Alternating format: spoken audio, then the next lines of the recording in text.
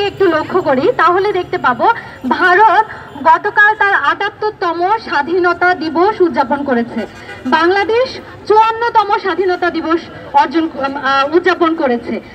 এই যে স্বাধীনতার এত বছর পরেও ভারতের মৌমিতা দেবনাথের ছিন্ন ভিন্ন দেহের উপর দাঁড়িয়ে কিংবা তনু হত্যাকাণ্ডের বিচার না পেয়ে সেই বিচারের দাবিতে আমাদের যে এখানে দাঁড়াতে হচ্ছে, এই দাঁড়ানোই বলে দেয় এই যে রাষ্ট্র ব্যবস্থাটি এত বছর ধরে ভারত ৭৮ বছর ধরে কিংবা বাংলাদেশ ৫৪ বছর ধরে যে গড়ে উঠেছে এটি কোনোভাবেই আসলে নারী বান্ধব নয়।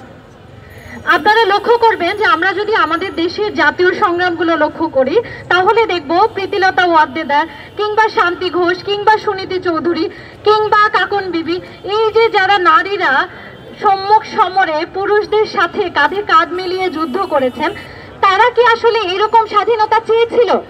যেই স্বাধীনতায় অর্ধেক নারী, আমরা বাংলাদেশে যদি আমরা ডেমোগ্রাফিটা দেখি তাহলে দেখব যে বাংলাদেশের জনসংখ্যার অর্ধেকই নারী। তিনি যখন হত্যাকাণ্ডের শিকার হয়েছেন তার ইনস্টিটিউটের যে প্রিন্সিপাল তিনি প্রথমেই যে প্রশ্নটি ছুড়ে দিয়েছিলেন সেটা হচ্ছে যে এত রাতে ডিউটি শেষ করার পর তিনি কেন বাইরে ছিলেন।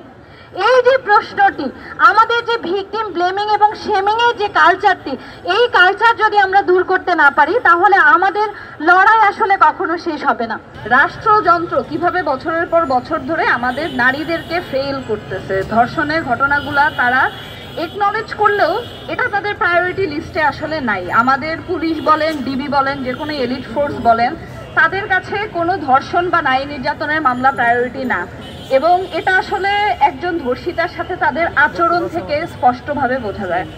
পাশাপাশি আমাদের দেশে আপনারা সবাই নিশ্চয়ই ধর্ষণের মামলাগুলো দেখেছেন বা ঘটনা দেখেছেন যে হ্যাঁ ধর্ষণ হচ্ছে, বা ভিডিও দেখেছেন। অনেক সময় কিন্তু ভিডিও পাবলিশ হয়, যেরকম নোয়াখালীতে গৃহবধূ ধর্ষণের ঘটনায় ওই ভিডিও মনে হয় আমরা সবাই দেখে ২-৩ দিনের মতো ট্রমাটাইজ ছিলাম। কিন্তু একটা ঘটনারও তদন্ত হয়েছে, বিচার হয়েছে, বা পোস্টমর্টেমের রিপোর্টটা পাবলিকলি প্রকাশ করা হয়েছে, এরকম মনে হয় আমি নিজে কোনোদিন দেখি নাই।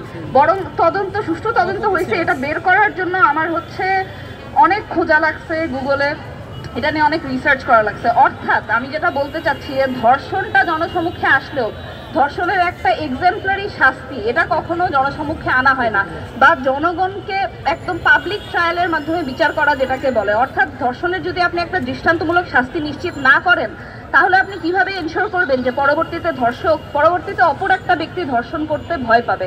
এটা তো আপনি এনশিওর করতে পারবেন না। এই জন্য আমি এটাই দাবি জানাই যে যত ধরনের ধর্ষণ মামলাই করা হোক না কেন সুষ্ঠুভাবে যাতে বিচার করা হয়, এবং জনগণকে যাতে এই বিচারের এবং এটার সাথে জড়িত যত মেডিকেল রিপোর্ট, আসামির নাম, এগুলো যাতে জনগণকে জানানো হয় এবং দৃষ্টান্তমূলক শাস্তি ব্যবস্থা করা হয়।